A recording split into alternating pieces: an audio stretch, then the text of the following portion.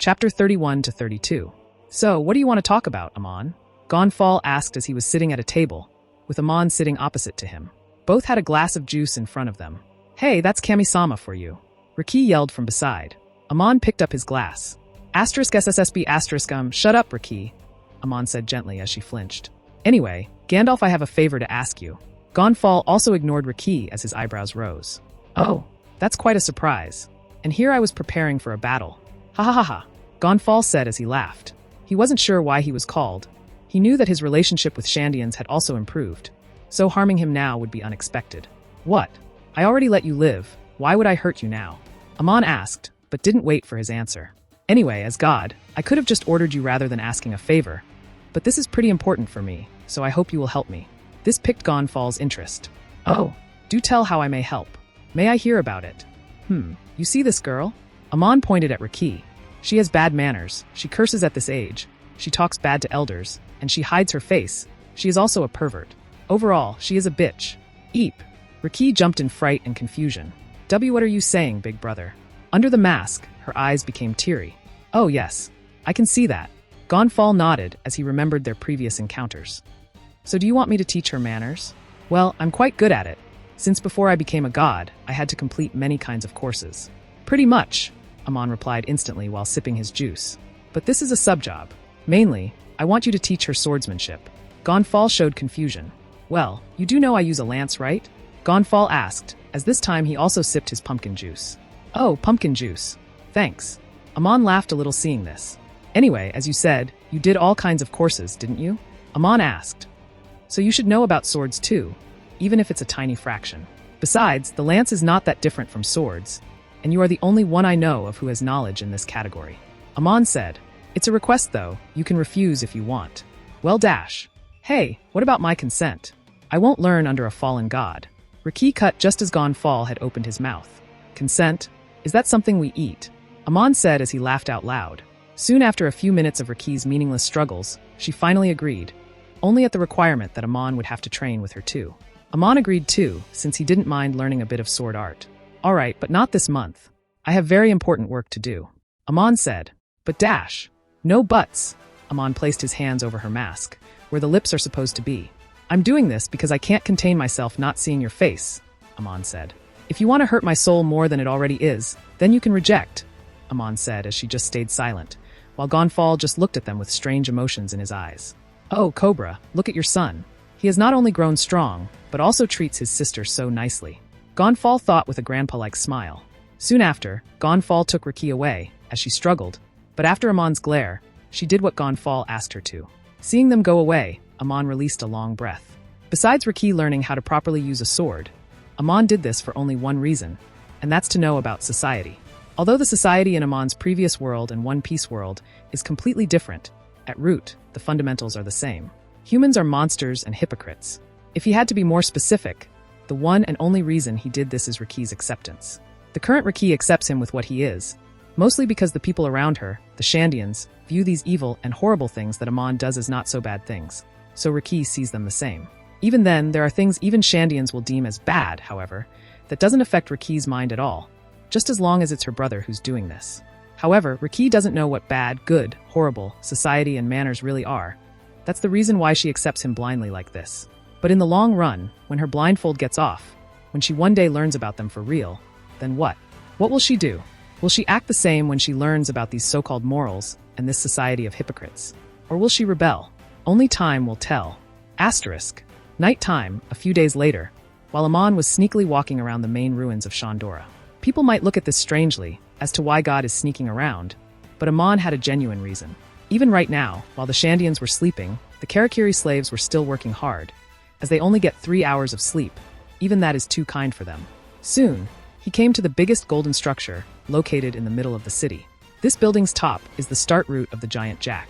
Amon then entered the structure. A few minutes later, after taking many turns, he went to the most underground part of the golden building using a hidden door. There, around an hour later, Amon reached a straight line of the hallway. There were doors on both sides, as each of the doors had 20 meters of space between them. After taking a few steps, Amon turned at the door with 3 written on its front. This is his lab, the place where he does human research, though currently, he has only one test subject, who's also dead. At first, this location is only accessible by the hidden door. Even then, this is a confidential location, as only a few people know about the hidden door, let alone this lab. So there isn't much security except some scan dials in front of the door, and also an electroformation of dials inside the room, which will shock people to unconsciousness, unless it's Amon. However, even that much security is nothing in the world of One Piece. Though there is an actual reason for that lack of security, and that is, there is nothing important inside this lab. Not even the dead body. This was just a front with just a few medical accessories in it, that even the few who knew the location weren't aware of. Ignoring the third door, Amon walked through the very long hallway, as after a few minutes when coming at the 23rd door Amon stopped. Without saying anything, he then went to the empty space between 23 and 24th door. The 20m gap between the two didn't look any different than the other ones. But as if knowing something, Amon sat down there, and after pushing his hands on the floor here and there blindly for a few minutes, Amon got up. As by then a small part of the floor was sunk in the floor like a human head-sized key button. Smiling, Amon then looked up at the roof. He then started to jump like a kangaroo while pressing in different spots on the roof. Again, after a few minutes of struggle, the same type of key press effect was shown in the roof, though it's around 10 meters away from the previous one. This key effect is a must for the next action, but the keys are random every time. Soon after, Amon looked in front of him at the golden wall, as a small human head-sized area was opened, and as if from a sci-fi movie, a machine came out with a blood drop droplet symbol on its futuristic screen. Amon penetrated his finger's skin with a needle that he brought and dropped the blood on the small gap on the machine. Beep. Descendant of Shandorians detected. Beep. Current era's owner, Shandorian Amon detected. You may enter, the emotionless robotic voice said, as Amon then waited, while something like a slide futuristic door, the golden wall between 23-24 door got separated. There an elevator was waiting for Amon. Inside it, the walls were made of pure steel, or maybe even a better material, as it was shining from the light bulb on top. Amon slowly stepped in without any caution, as if he has done this previously before. Beep. Taking the master of Shandora to the hall room of Shandora City. The robotic voice said as the golden door closed, and the elevator started to sink. As it went down, it didn't even make any sound, but Amon could feel it going down and deep. Soon after, the elevator stopped as it slowly started to open. Beep. A white fog will be released that will make anyone who doesn't possess Shandorian blood unconscious. BPHHHH. As the door of the elevator opened, a white fog entered it. Amon stood there calmly as a few minutes passed, and the fog vanished, making Amon catch a glimpse of the scene behind. Damn. Even though he has seen this already before, he was still impressed. The walls were made of pure steel, or maybe something better than that, as it was shining under the limelight. There were many places where there were walls seemingly made of black gold. There were small spaceships, submarines, and futuristic weaponries laying around. There was also plenty of futuristic medical equipment a bit ahead. Overall, this looked like a scene straight from the future. Amon finally did something, though it was just his usual chuckle. Who would have ever thought that under Jaya Island there was a fucking futuristic city? This is a legacy left by the inhabitants of Moon People, the kings of the City of Gold, the ones who created the perfect robotic AI, the automata. The one kingdom which needed the efforts of the 20 kingdoms of the world government to be destroyed, the great Shandorians. Deep underground below Jaya, the upper yard, Amon was inside the main hall of Shandora. As he was currently sitting in front of the giant computer screen while staring at the high-tech webcam, though this wasn't a dial. The AI, controlling the computer screen, made a sweet image. Smiley face. Welcome home, master. Albeit its face, the tone wasn't sweet. Rather, it was as emotionless like a rock and cold as a winter night. Just a few meters behind him, an ancient yet futuristic coffin was laying sealed. This wasn't at this same place when Amon entered. As it proved, he had pulled it here after entering. Though inside the coffin, it wasn't the dead body of the woman named Rhea. Currently, although he was smiling while sipping his juice, Amon was, in reality, on full guard. This whole place, with the area of 10 football fields, was completely under the AI's control. The AI was a dangerous existence. From his previous encounters with it, he knew better not to fall for its smiley face. After searching meaninglessly for nearly a year, Amon found this place around a few months ago. Discovering an underground futuristic city type thing was in itself a surprise, yet he even found an fucking dangerous AI. He was scared as fuck at first, but he soon calmed down as he remembered about the android automatas in the moon. Enel's space journey. After going through some precautions like blood tests and lineage DNA tests, Amon was entitled as the so-called master of this place. Yet, this shitty AI won't let me access everything. It even has the locations of ancient weapons. Fuck. Amon cursed internally, while still smiling. Though he was sure it wouldn't harm him yet, he was always ready to fight a battle. Does Conqueror's hockey work at AIs? He thought. Hello, Sarah baby. How have you been? Amon asked as he sipped his juice while looking at the webcam. The supercomputer, or more accurately, the AI was called Seraph, was the receptor of the question. Amon calls her Sarah sweetly. I've been doing fine. The emotionless robotic voice echoed through the hall. Amon just smiled as it formed a crescent moon in his eyes. Fuck, I'm feeling unsafe. Amon thought with an internal gulp. He could feel the different kinds of weapons all around, but all that were just the ones outside. The dangerous ones were underground, inside the walls, and inside the rooftop. He felt they would come out of the wall and attack him the moment he tried to attack and destroy anything in this hall. Or even touch them, like what happened last time. Yes, even if the AI calls him master, it still serves under its initial creators from 3 millennia ago, and the masters from 800 years ago. It would have loved to do things according to Amon's asking if he was an actual Shandorian, not a half, like the Shandian tribe. However, since the Shandorians have already gone extinct, there is no other way for her to complete the orders given to her by her actual masters, but to use the child in front of her. Amon couldn't use his observation hockey on the AI as it didn't have a soul. However, he knew at some point it would work. After all, the AI might not have a soul, but it does possess a will. That's the reason why it's still working according to its master's words. Amon knew completely that the AI was a dangerous existence, and according to its own words, it's been existing for more than 4 millennia. Amon just sipped his juice while resting his chin on his hand, while smiling towards the AI. Bitch makes a smiley face. Face yet uses an emotionless tone. She supposedly can't feel any kind of emotion. Amon laughed mockingly, internally. Like I would believe that crap. Though he didn't know much, he was well informed about the existence of automata, the androids created by the moon's inhabitants. The automatas are supposedly able to feel emotions and were super loyal to its creators, as after the moon inhabitants left, they had been protecting the moon from alien invasions until their charge ran out. So Amon was sure the AI also feels emotions, as their creators are the same race. She is dangerous and smart enough to use a female voice patch. Amon thought, it's an instinctual thing that a male, doesn't matter if it's a human or not human, would feel less danger from a female than from another male. This could prove how knowledgeable and dangerous the AI is. However, it's not a perfect existence. If it was, it would have used a more happy tone in its voice along with that happy face of hers. If she said she does have emotions, I would have let my guard down a little. Amon sipped his juice. From someone from the modern world, I know better to trust an AI. At least not one that I didn't create myself. Amon thought silently. However, he was smiling happily in the front. Sarah, I have been missing you so much that I wasn't even getting good sleep. So I came to meet you. Don't you feel happy? Amon struck a random conversation while he glanced at the printer beside him. AIs can't feel emotio dash. Anyway, did you organize all the history into a summary? Amon asked as he interrupted her. Previously, he had ordered her to organize the history from the winged race, the Shandorians, in a summary as according to the AI. Their history started from 4,500 years ago. Yes, it took a while to make 4,500 years into a small summary. I apologize for my bad services. Amon smiled. Nah, you are too good.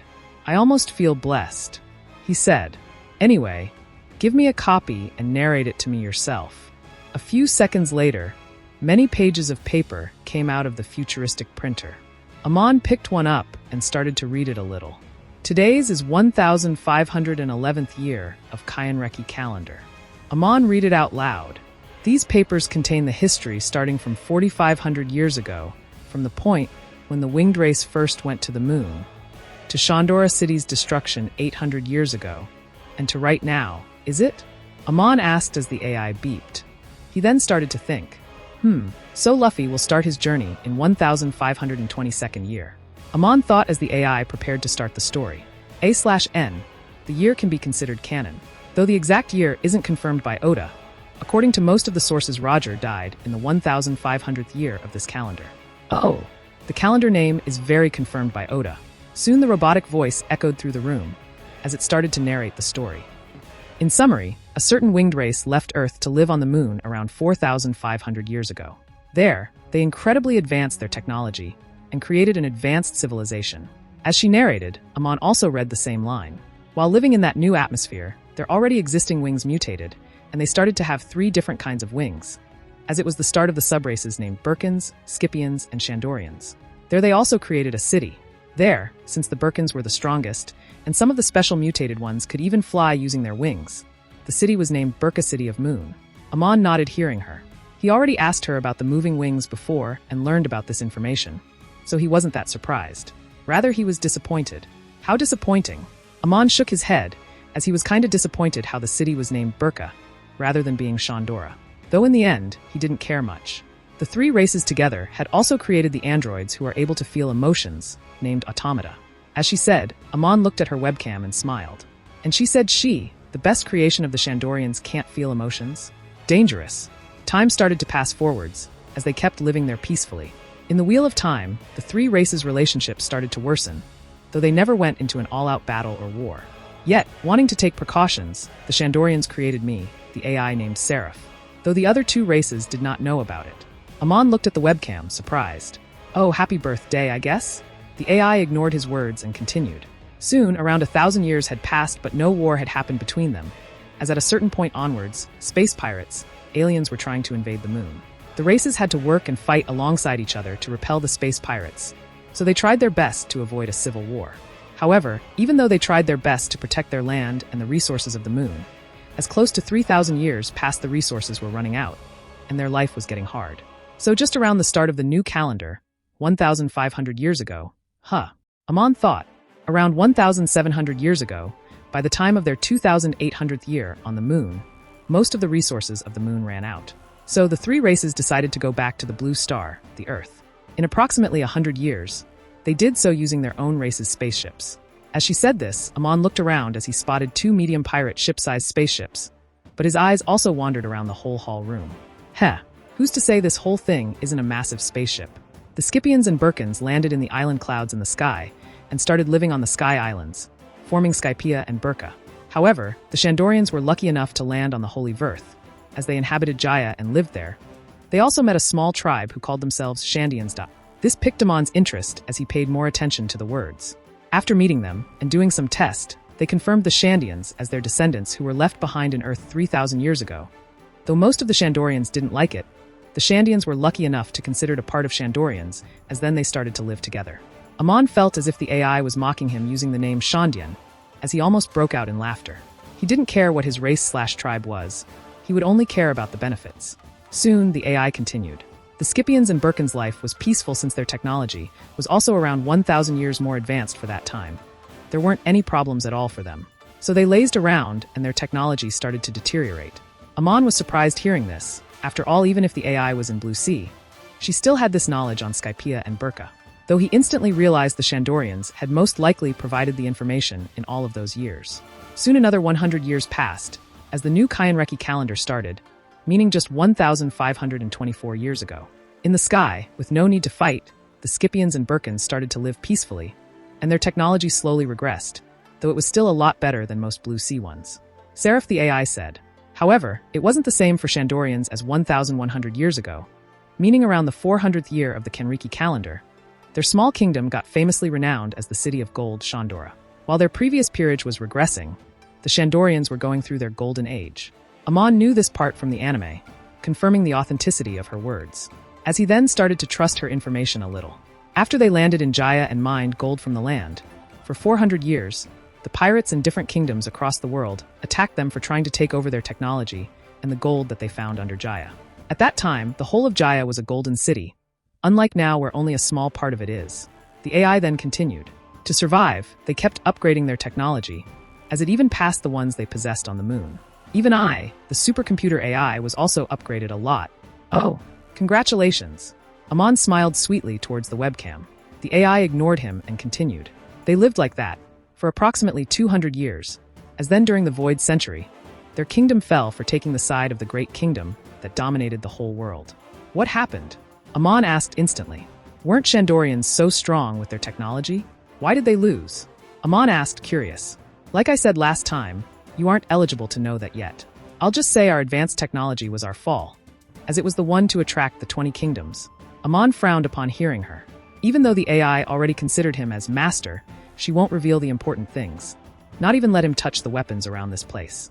But soon he smirked. Did you just say our technology? Do you consider yourself as a Shandorian? The AI went silent as its happy smile from the screen also disappeared. Soon, she just ignored the question and continued. Amon just chuckled. At that time, the Shandora city, the City of Gold, ranked the same as Wano, the Country of Gold. They even had such a close relationship that they had the formality to marry one another too. Amon nodded his head. He was also reading it himself, as he caught an interesting line. At that time, they even had a few technologies that were only second to the ancient weapons.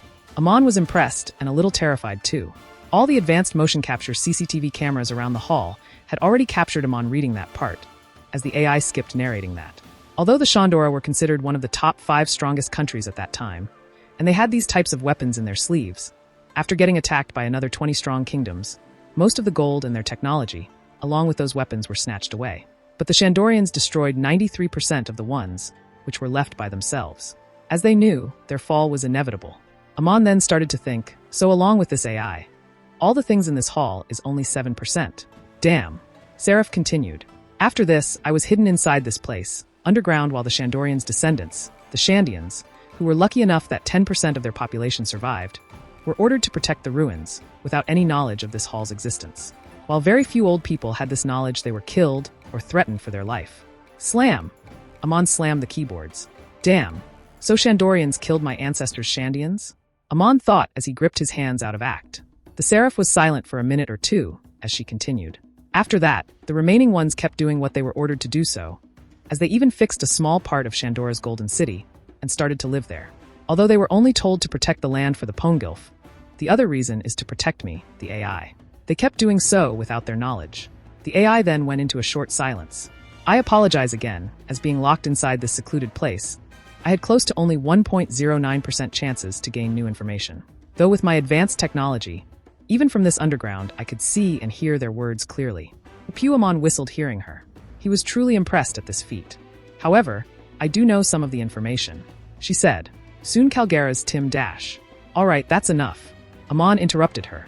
I will listen to Calgara's story some other day, Amon said as he also put the papers down. He then released laughter without any particular reason. So this is how the Shandorians fell with their city of Shandora 800 years ago. This clears many things. Every time Amon used to hear the chief talking about the Shandora city's fall 800 years ago, he questioned himself. The gold is still there, so why do they call it the Shandorians and Shandora's fall? Now he gets it. The WG did take the gold, yet a lot of it is still here. However, the 20 kingdoms, or more specifically the current world government, didn't take all of it.